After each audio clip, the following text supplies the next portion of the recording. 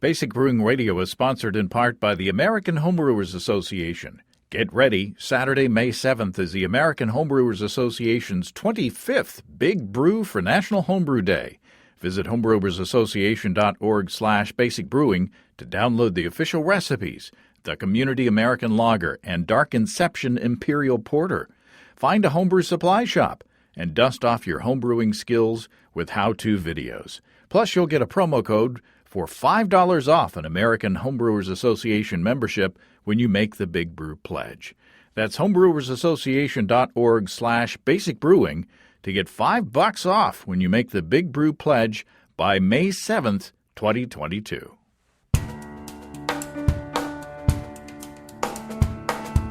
Welcome to Basic Brewing Radio for Thursday, April 21st, 2022. I'm James Spencer.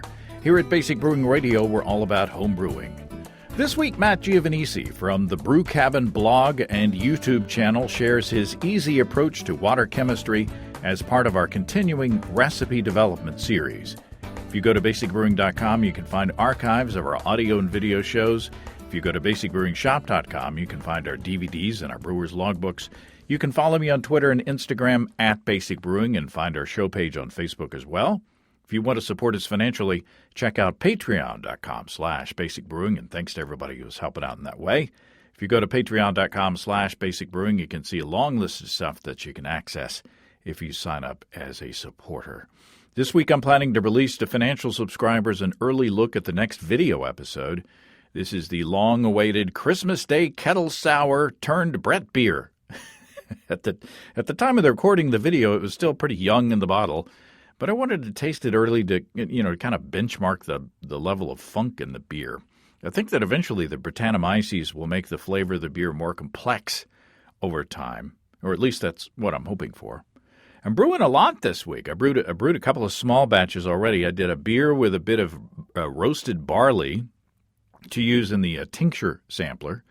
I want to find some flavors that'll be good in a dark beer. And the next day I brewed a 6-pack batch based on Steve's suggestion in the previous fruit tincture show. You may remember that Steve suggested I should brew a beer based on the lemon custard pie that I had made. So I used American Two-Row, Brice Special Roast, that's what Steve suggested for the crustiness, and a bit of lactose to add to the kind of sweetness and body of the final beer. And I think that'll make a fun base to put some tinctures into. I've also got ingredients for a big hoppy beer later this week, a 5-gallon batch, because I have an empty keg now. Rest in peace, Passion Fruit Pilsner. That was a tasty one. I want to brew a beer based on the clone recipe of Bell's Two-Hearted Ale, and I've brewed that a couple of times, once with Gvike on the hot porch, and it's turned out really well each time. But this time I'm gonna put a spin on it. I'm gonna swap the Centennial hops with Simcoe. What will Simcoe bring to this big, juicy American IPA that Centennial doesn't? Or maybe it'll just be the same. I don't know. Can't wait to find out. I'm going to brew that delicious beer in my Warthog Electric Brew in a Bag system from our friends and sponsors Desiree and Dave from HighGravityBrew.com. In the olden days of brewing with propane, there was a lot of math that had to happen. Figuring out the proper strike water temperature for the amount of grain and water that I had, figuring out how much boiling water to add if I was going to do a step mash or a mash out, and, compensating for the falling temperatures in the mash tun or kettle. Once I moved to brew in a bag, I mashed in the kettle, of course. Nowadays, I just set my strike water temperature to my target mash temp with my Warthog EBC 130 controller and dough in. And as the grain takes the temperature down a bit, the big Blickman boil coil in the bottom of the kettle kicks in and kicks on to compensate. And by the time I've doughed in pretty much and chased all the dough balls, I'm at my target temperature. And I stay there for the duration of the mash. A Warthog system from HighGravityBrew.com can take the pain out of propane. And if you use the code EBC75BB when you get your Warthog gear, you'll save $75. That's EBC75BB. That's at family-owned and operated HighGravityBrew.com. Now, as you know, and as I've said many times on the show, I have a mental block for water chemistry. I kind of get flashbacks of Mr. Duncan's chemistry class back at Hot Springs High, I guess.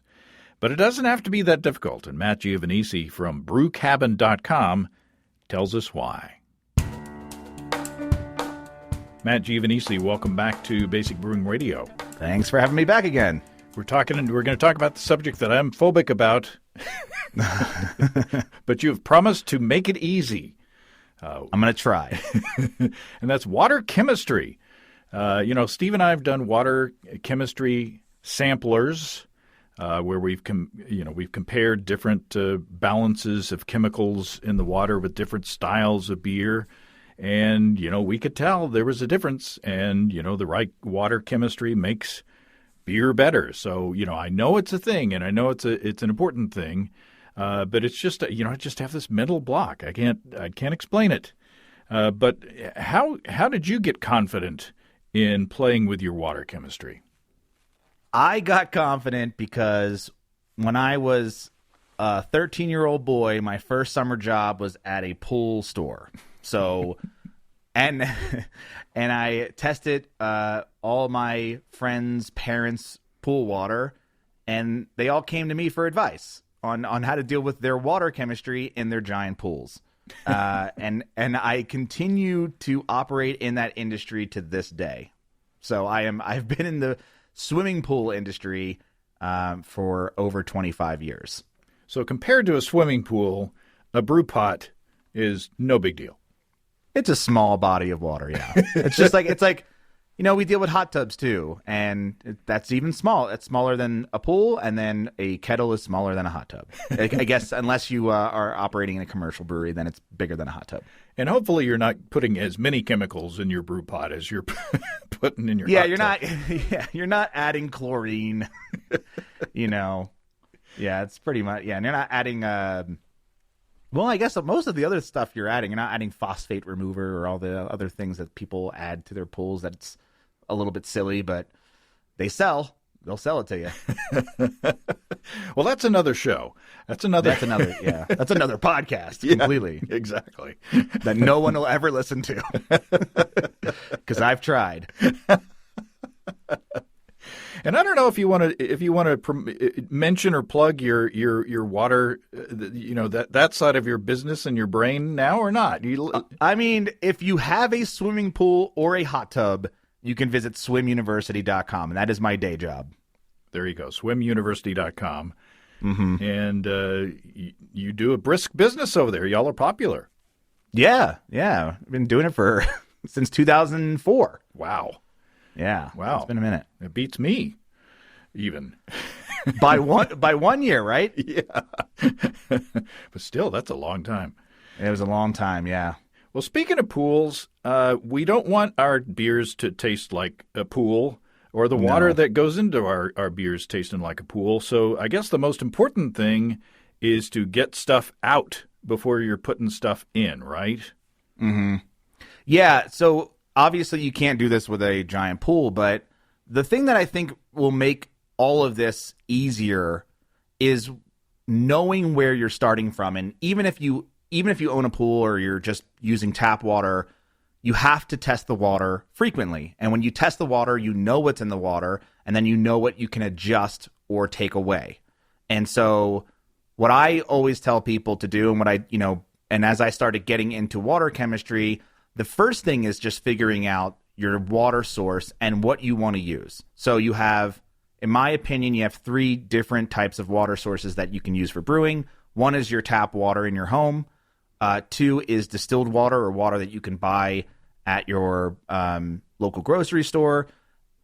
Or reverse osmosis water, which you can either make at home or buy also at the grocery store, I guess certain grocery stores. And the big difference between tap water and RO and distilled water is that with tap water, it depends on where you live and it depends on your water source. So if you're getting it from, one reservoir, you could have totally different water, and that water has to travel from that reservoir all the way to your house. And as it travels through the pipes in your house, it could pick up things there. And so you could, in theory, and I've done this in certain counties will allow this to happen, they will send you a water report from your reservoir, right? Mm-hmm. And they sometimes have them even set up for brewing, because there's a lot of, breweries within your town. You might actually be able to get access to those water reports. But when you do that, you have to remember that, one, at least where I lived, the water reservoir would change depending on weather. So it might switch. We would get an email letting us know it would switch, but it depends on, the time of year and what kind of precipitation you have. And then it also depends on how far it's traveling and what it's going to pick up. And so the best solution there is just to get your water tested at the source in which you're using it. So, you could get it tested. Like, you could turn on your sink and just fill up a bottle and send it in to get tested, or buy a test kit and do it yourself. But is that, even the sink, even that faucet, is that where you're pulling your water from when you're brewing? For me, when I brewed before at my old place, it came out of the spigot outside. So I would test it through there and through the hose that I would use, right? So I would test it all the way through every single thing that it's going to touch. And I had two ways of testing. One, you can send your test results into a company like Ward Labs, which I highly recommend. It does cost, some money, but it's pretty fast, and it's the most. I believe it's going to be the most accurate, because that's what they do. That's what they do there. They test water and other things. Or you could buy a test kit, which is going to be even more expensive than just sending a sample in. And I've had varying results with the test kits at home. I always found that the Ward Labs gave me the most accurate results. And so that's what I would do. I would get that water checked exactly the way you would enter it into your kettle. So that even if you're using a pre-filter, if you're using some sort of like RV filter to remove chloramines and chlorine from your water, some sort of carbon filter, then, make sure that you're filling up your sample from that source. Now, I've heard that if you use a carbon filter, like I have a pure water filter on my faucet that I get my brewing water from. Now, I've heard that those don't.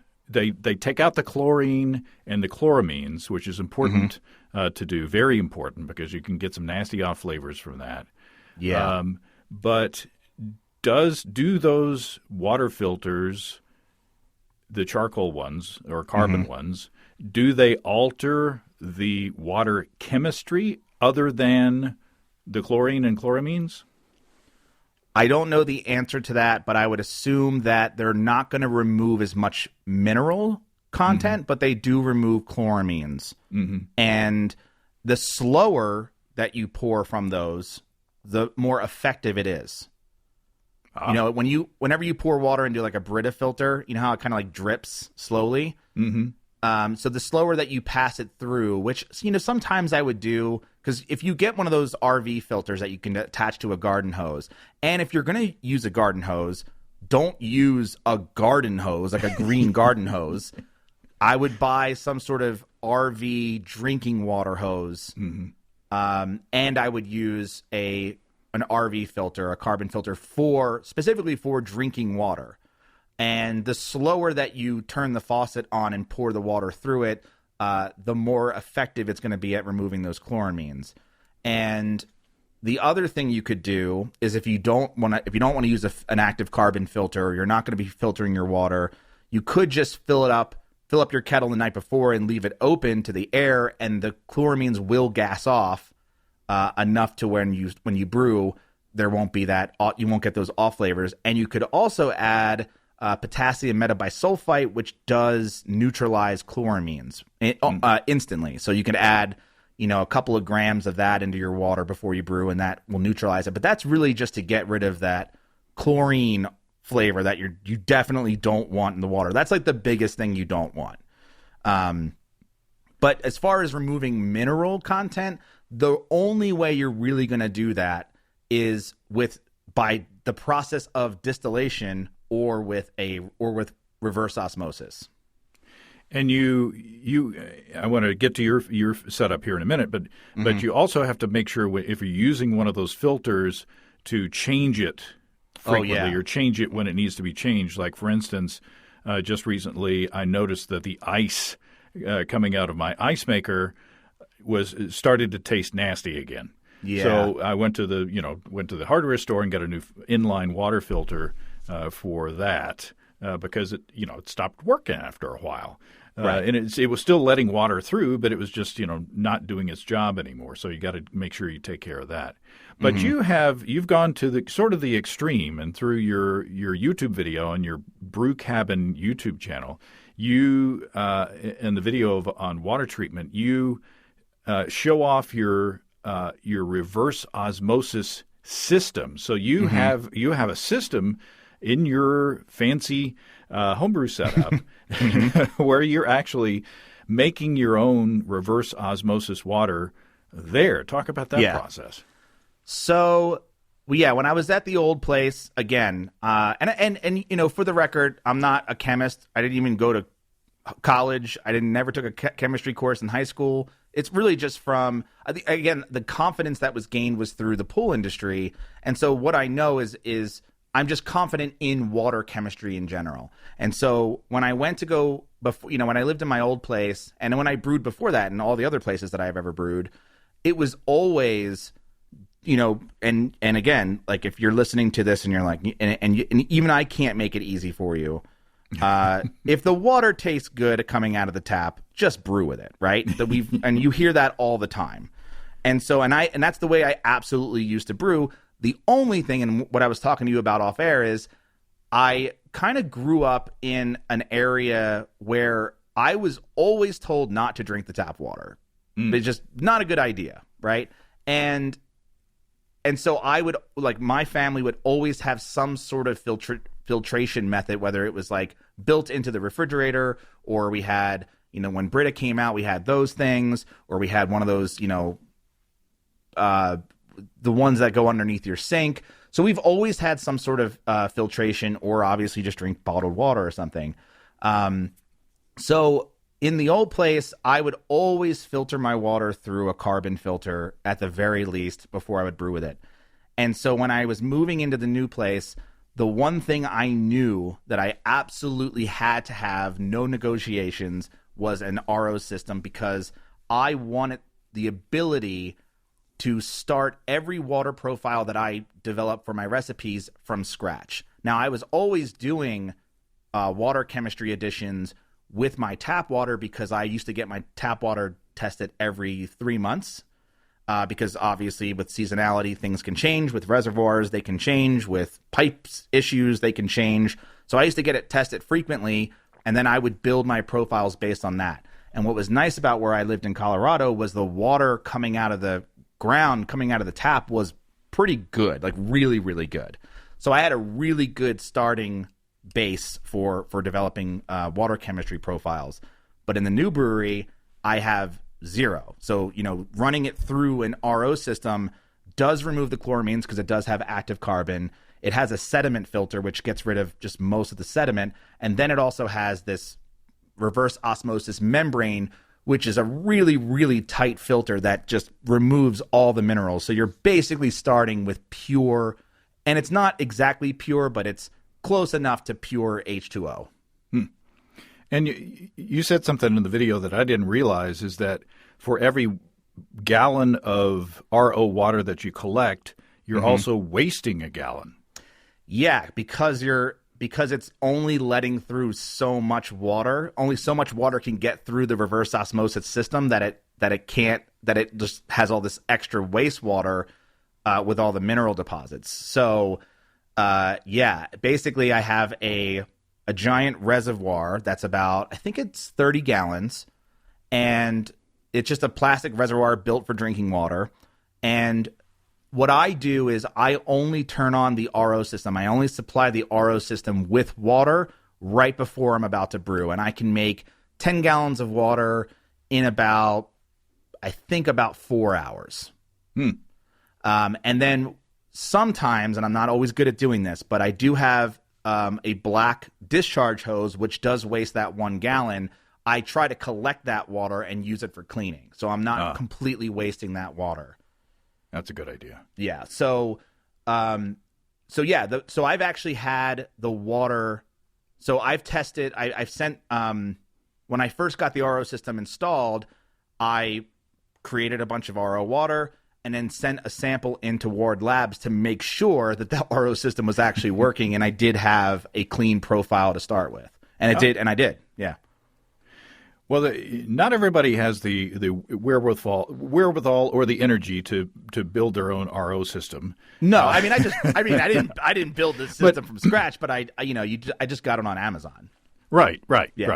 And it just but that's and you should be commended. I'm not saying it's a bad thing that you have it. I think it's a good thing, and I'm envious. I'm jealous. That's what it's just another thing you have to think about though when it comes to brewing. It's like, oh, I forgot to turn on the water, so I'm like, now I have to wait 4 hours. Like, I do have a stopper. Like I built a stopper into it, so I technically could leave the water running and it would stop when it fills up. But I don't know. I just don't like that idea.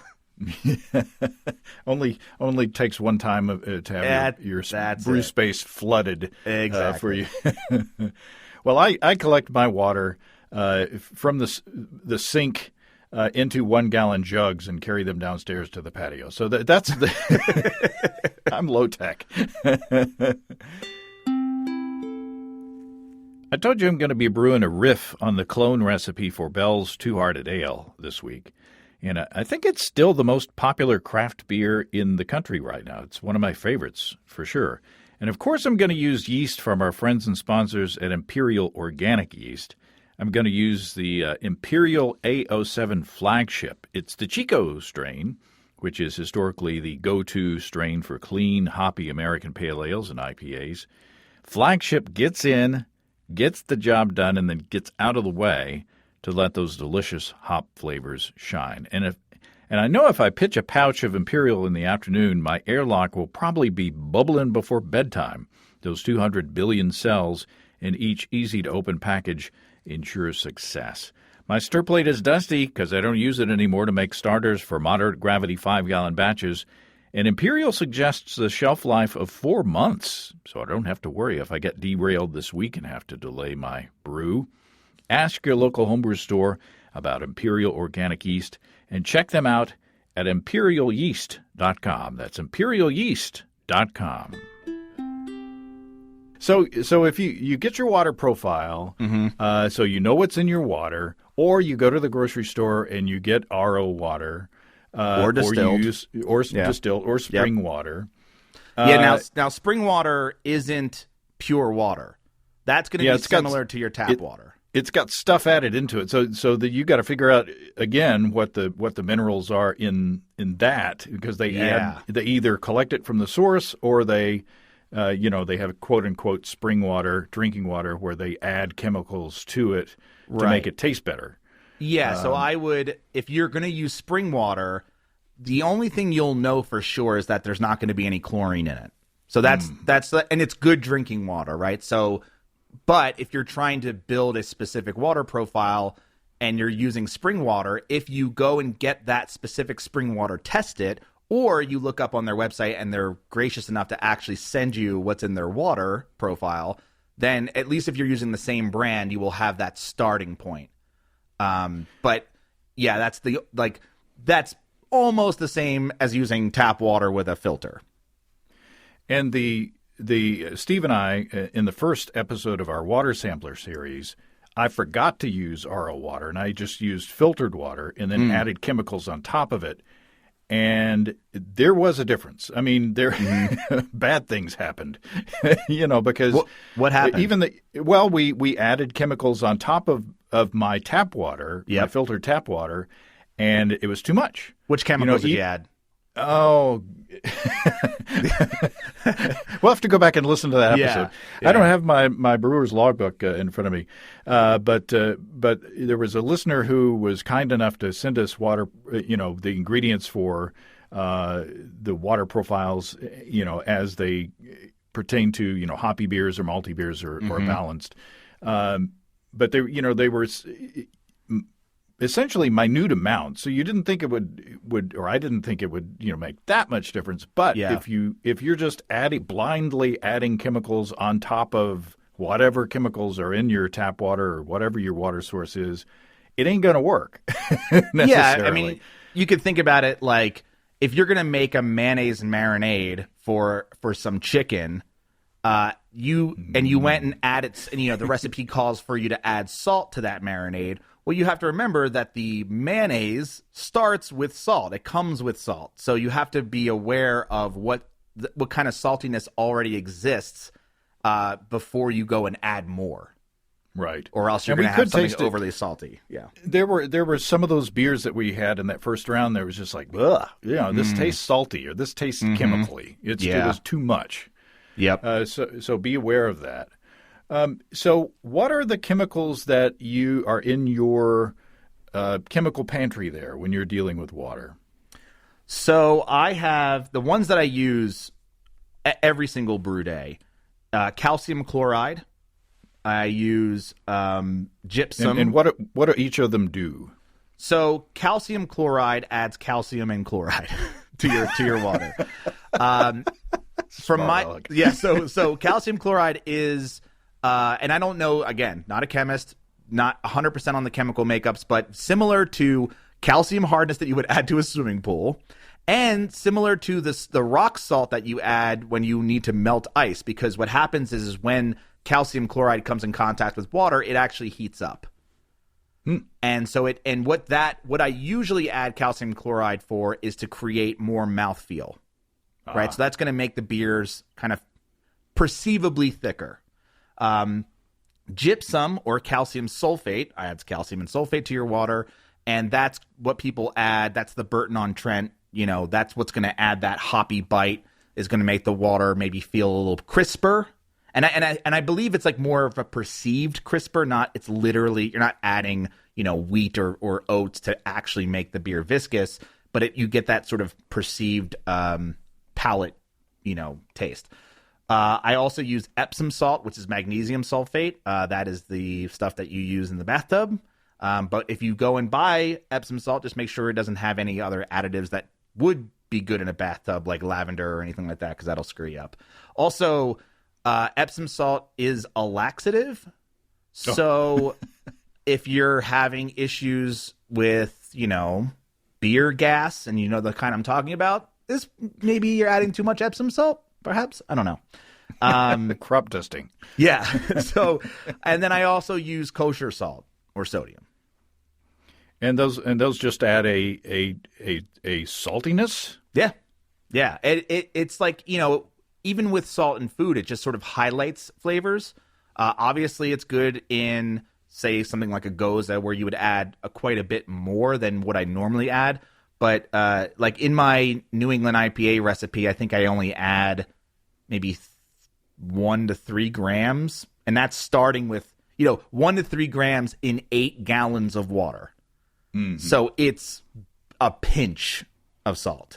And so the other chemicals that I have on hand but don't necessarily use as often, just because of the RO water situation that I currently have, I do have chalk or calcium carbonate, and I have baking soda, which is sodium bicarbonate. And then I also carry potassium metabisulfate, which I used to use. That's a remnants from my old place, where I used to add that to every single batch, no matter what, just in case my RV filter didn't get out all the chloramines. I just wanted that backup plan. I would throw in, I think it was like half a gram even. It was like, or it wasn't very much, and it just neutralizes the chloramines in the water. So that's what I have on hand. And you can also use potassium metabisulfite for a few other things. You could use it for killing yeast. So I think winemakers use this a lot to stop fermentation before they add fruits and back sweeteners to their beverages. And you could also use it to scrub oxygen while you package beer, which I've never actually used, but I've been hearing the Brewlosophy guys talk a lot about using potassium metabisulfate for reducing oxidation in certain beers. So something to look into there as well. Yeah, but what do they know? Yeah. just a joke. Yes. No, every day I read, experiments that they're doing, and I'm thinking, wow. Yeah. They're working a lot harder than me. Well, they're the reason. They're the reason I even took water chemistry seriously, or started to take water chemistry seriously, because their first experiment, I think, came back significant, that water chemistry did have a noticeable impact on the beer, and it makes sense. I mean, people have been goosing their water profiles for millennium, so it's been going on for a long time. And we should say that potassium metabisulfite is, are also known as Camden tablets. Right, Camden. You see those in your homebrew store. You'll also see sodium metabisulfite, which is similar. Just sodium instead of potassium. Now, you mentioned baking soda. I'm not sure if you mentioned lactic or phosphoric acid. No, but those are adjusters of pH in the beer and in the mash. One of the tools that you're going to need if you are going to get into water chemistry, you're going to need a scale that is sensitive enough to measure in fractions of a gram. Yeah. Which is they're not expensive. You can find them on large retailers, online retailers. The one I've got, I guess you call it a jewelry scale or something like that. It's I think Steve's called it my drug dealer scale. Right. I think it's called G Dealer, right? It's got, I think we have the same one. It is the one that I have, and I don't know how about you, but yeah, I think I paid under $20 for it, and I've had it for 7 years without changing the batteries. It's the one that has the little arm that swings out of the side of it. Oh, no, I don't have that one. Okay, that's the one I have. It's a little square, and then you push on the little arm, and it comes out, and it's got the little display on it and stuff. But yeah, it's super super easy to use, and especially when you're making small batches of beer, or you're playing with water chemistry. You need something like that that's sensitive, and it's not expensive. So. No, I use it for hops too. Oh yeah, definitely. Like I say, especially for the small batches. When I'm measuring, 5 grams of hop pellets to put into a beer. So how do you figure out how much of this stuff to add? I mean, you said that you're not a chemistry genius. No. How do you figure out where how much of this stuff to add into your beer? Well, okay, it's great to have. You can do it 2 ways. I recommend software. I've been using calculators and software. I mean, in the pool industry for forever. And they're out there, and a lot of them are free. There's some of the few that I like. I mean, obviously you have your Beersmith recipe formulator, which I used to use. I used to use an app called Beer Tools. I now use an app called Brewfather, which is excellent. You could also use a free spreadsheet by I'm not going to get his last name right, but I know his first name is Martin, and he has a spreadsheet called Brew and Water. So it's like BRUN Water, and you can find that for free, and that is absolutely where you should start. It can be a little bit confusing, but again, as long as you know what your starting profile is, all it's really doing is just adjusting the chemicals depending on what you want. And again, it's easier to add and harder to take away. Taking away requires some sort of filtration or distillation or dilution of some kind, but adding is very easy. So if you're starting with a good water profile that's nice and low in minerals, then you can pretty much make any sort of water profile you want. If you're starting at 0 with RO water or distilled water, then you can then the sky's the limit. And what's nice with RO water is you're basically, you have all these different, and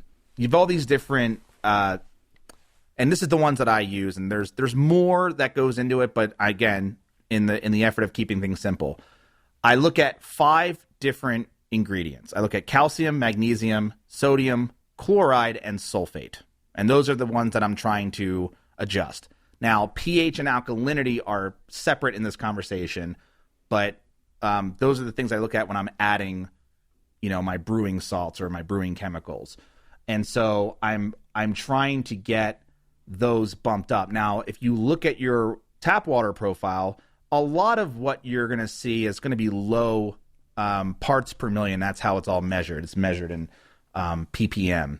And so if you're starting with a really good water profile with a low mineral count, you're going to be good to go. If you're starting in a place that has high mineral counts where your water is really hard, then you're going to have some issues with brewing certain softer styles. So in that case, it would be a good idea to either and no matter how much filtration you do with like a carbon filter, you're never going to get rid of all of that calcium. It's going to stay in the water. But what you can do is you can dilute that water with distilled water if you don't want to use 8 to 10 gallons of distilled water and buy all that, or you don't want to buy and lug around, 8 to 10 gallons of RO water, or you don't want to do it with spring water. You can simply get a couple of gallons and dilute that water down so you can bring your calcium levels down at the very least. Yeah, that's a good point. One that I hadn't thought of. Yeah. If you got high chemicals, just adding more of the balancing chemicals might not be. Yeah, it won't do idea. anything, right? Yeah. You'll just you'll have what happened with my first experiment. You'll just get chemically tasting beer. Yeah, and it all depends on where you live and where your water source is, and you could have well water, which is not even city controlled, so that you would absolutely want to get tested, and those have other issues that you could run into with like copper and iron, and other metals that could be in the water that you would certainly want to get rid of before brewing. Oh, actually, you wouldn't want to get rid of copper because copper actually does help with yeast. It is a yeast nutrient, I believe. I'm not sure about iron though. Yeah, when I was growing up, my cousins lived on a place out in the country, and their water smelled and tasted so much like sulfur that even when you walked in their house, it smelled like eggs, rotten eggs. Yeah. So they would probably need to buy their their water. Yeah, I would. Or it's like everything's going to taste like a poorly fermented lager. That's right. Yeah, it tastes like the fermenter smells. Yes. Let's talk for a minute about our friends and sponsors, Ricky and Kelly from Groenfell and Havoc Meaderies in Vermont. I was just reading a blog post that Ricky the mead maker wrote on groenfell.com titled, "Wait, isn't mead disgustingly sweet?" That's in reference to comments mead makers tend to hear from people that go along the lines of, "I've tried mead before and it's just too sweet for me." Well, that's sort of where the inspiration for craft mead from Groenfell and Havoc comes from. Most of the craft meads you'll find on groenfell.com are deliciously drinkable, fairly low in alcohol, at least for meads, dry, but not so dry that you lose that delicious honey character. Take, for example, Root of All Evil, one of my favorites. It has a spicy ginger punch to go along with that honey character of the mead. And if you also go for the big, higher alcohol, sweeter meads, still done tastefully, you can check out the Ancient Collection on groenfell.com. Everything is delicious, no matter where you lean on the sweetness scale. Check it out at family-owned and operated groenfell.com. That's GROENNFELL.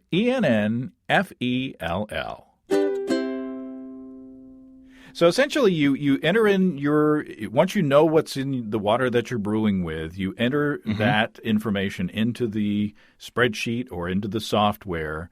And then you can. I watched your video. On your video, it said it looked easy. You just pick the water profile where you want to get to. I want to brew a malty beer. I want to brew a hoppy beer, and it gets it gets pretty detailed as far as the beer styles that are open to it. At least the software that you were using. Yeah, they all the softwares come with your base, and even the spreadsheet that I mentioned comes with like. If you want to brew, and sometimes they'll have specific styles like Guinness. So like where Guinness is or Pilsen, if you want to brew a Czech Pils. But I've read and I've heard things that you really shouldn't trust. Let's say if you wanted to make a like a Guinness, for example, you wouldn't follow the water profile of Ireland, right, or Dublin, because they're absolutely changing their water profile before they're using their water, right? So what they'll show you is, hoppy pale or hoppy dark, or balanced dark or balanced light, or dry light, dry dark. So you'll see like basic words like that, and you can really just follow those profiles. They work incredibly well. Like if any time, whenever I'm in doubt of what water profile to choose when I'm creating a recipe, I just go with balanced, because balanced, it's not going to be offensive it's not going to have the hot bite if you have, like a high sulfate amount, or it's not going to have that soft, rounded maltiness, which is what you'll get if you add, more chloride than sulfate. You have those ratios there. So I just go with balanced if I'm in doubt with something. And the software will tell you how much of which chemicals to add. Yeah, all of them now just have a button that says auto. And you just click the button, and it auto calculates how many grams of that chemical to add to your strike and sparge water. Now, it's really that simple. It sounds easy. Yes. I watched that video and it's like, I should be doing this. Yeah, I mean, all you're really, and the other thing too, if you want to go old school analog, you can do that. There are charts that exist, and all of it is just based on the volume of water, right? So you look at this, and we used to do this in the pool industry all the time, where if you wanted to adjust your calcium hardness level, your calcium level up by 10 parts per million, so you're starting with 0 parts per million, and you want to add 10 parts per million, and you have 8 gallons, you can just look at a chart and it'll tell you exactly how many grams to add to that amount of water. So you can look that up too, or you can do it on an individual level where you could just see how many grams. In fact, I do have a cheat sheet that'll tell you roughly like how many grams per gallon will raise it how many parts per million. So you could do it all manually if you wanted to, as long as you're just controlling those things that I mentioned, which is calcium, magnesium, sodium, chloride, and sulfate. And it all starts to make sense too when you think about when the relationship to the things you're trying to change to the chemicals that you're adding. They literally just have them in the name. So if you want to add calcium and chloride, if you want to bump up those two numbers, then you would just add calcium chloride, because that's, it's just what it is. Or if you want to, gypsum's, it's when you start getting into those other names like chalk and gypsum and Camden tablets and baking soda and kosher salts and Epsom salt. Those are all not the names of the actual chemicals. They're just, right, the branded names. And so Epsom salt is magnesium sulfate.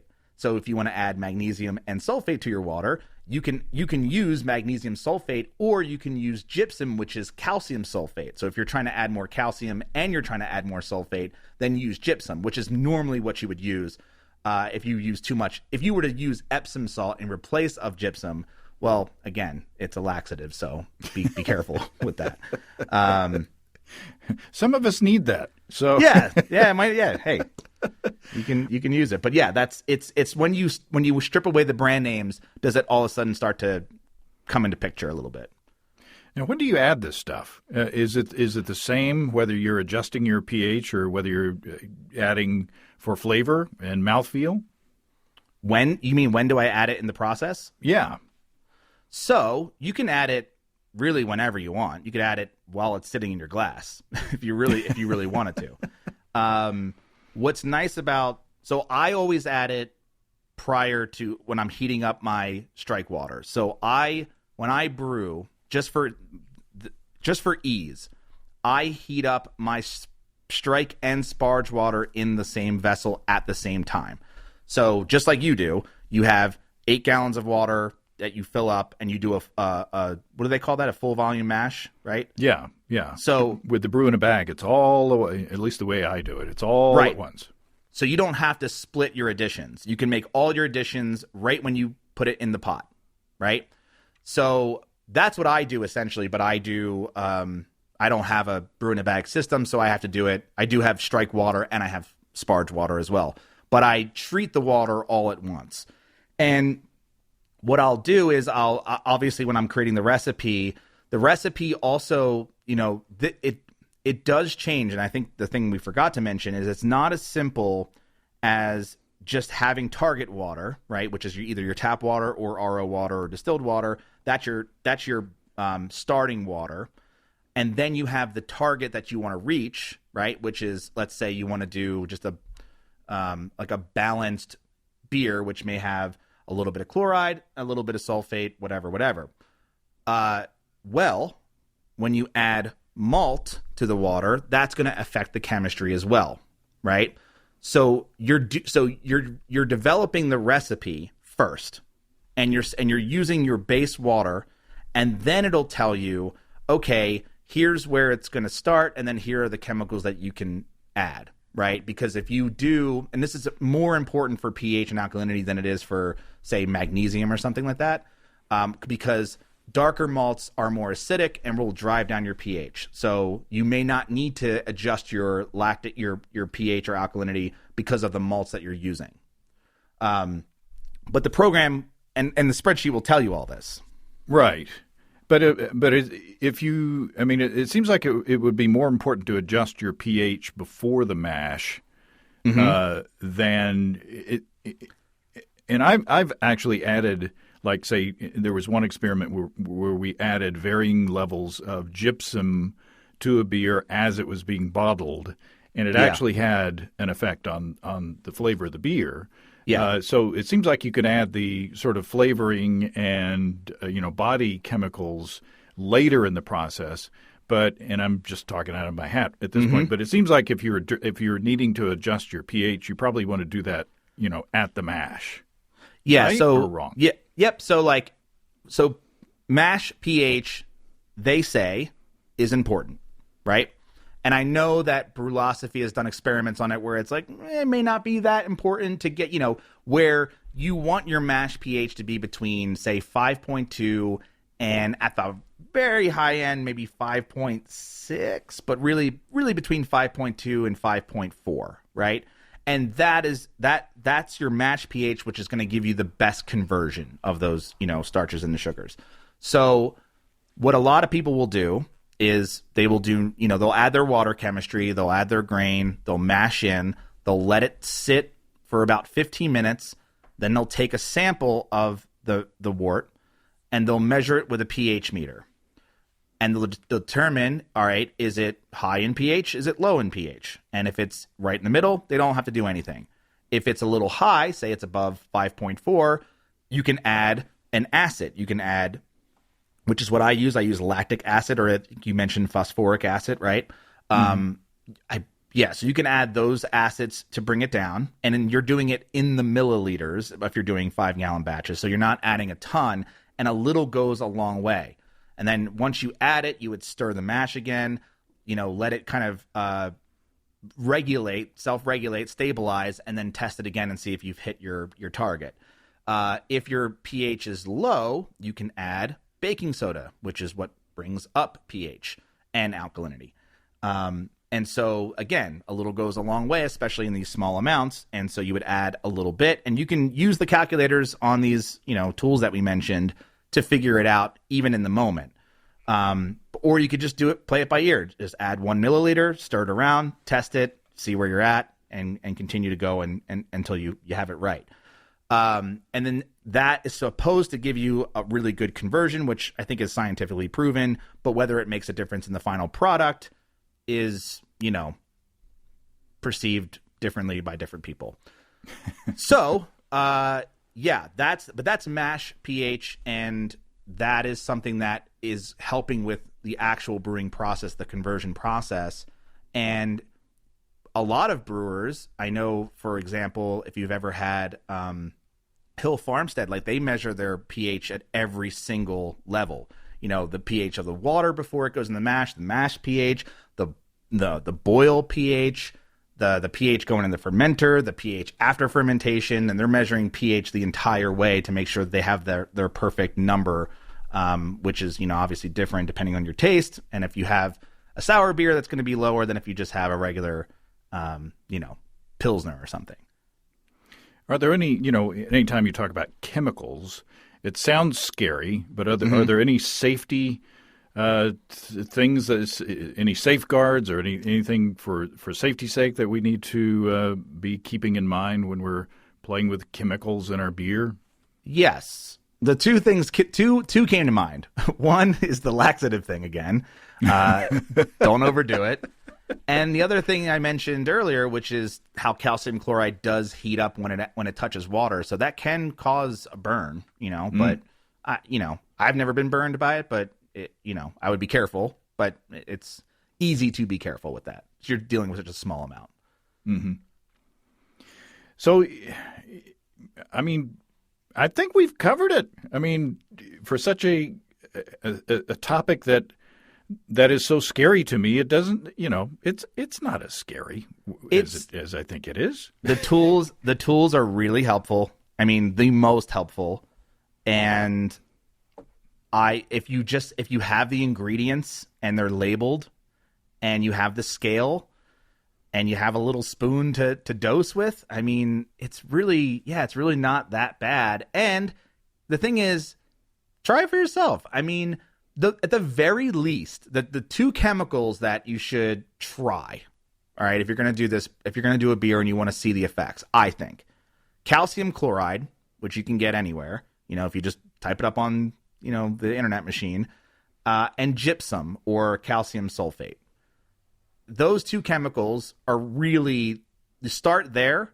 And if you're trying to make a beer that is, I make a lot of New England IPAs, which, and we've talked about on the show before, which does require more calcium chloride than it does sulfate, or more calcium chloride than gypsum.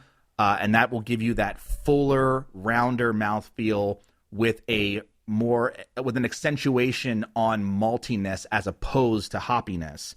Or that hop bite. So that's why those New England IPAs feel much, those hazy IPAs feel rounder. They're not as that, they don't have that hop bite like a West Coast IPA does. And with a West Coast IPA or an old school British IPA, then you're going to want to increase the calcium or the calcium sulfate or the gypsum in order to get that, sort of crispy hop bite that is desirable, like the Burton-on-Trent style of IPA.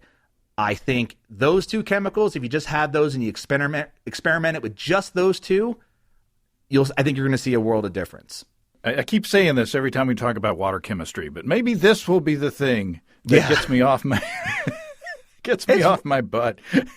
It's worth a shot, right? I know if you can overdo it, but especially if you don't know what you're starting with, but right. Again, that's the big to me that's the big challenge. And once you know where you're starting with, it all starts to fall in line and kind of make sense after that. Well, awesome. I think you've done what you promised. It's pretty simple. Look, it can be incredibly complicated. I read that the brewing water book from Colin Kaminsky and John Palmer, and it's a read. I'll tell you that. It's a read. Intense. It's intense, yes.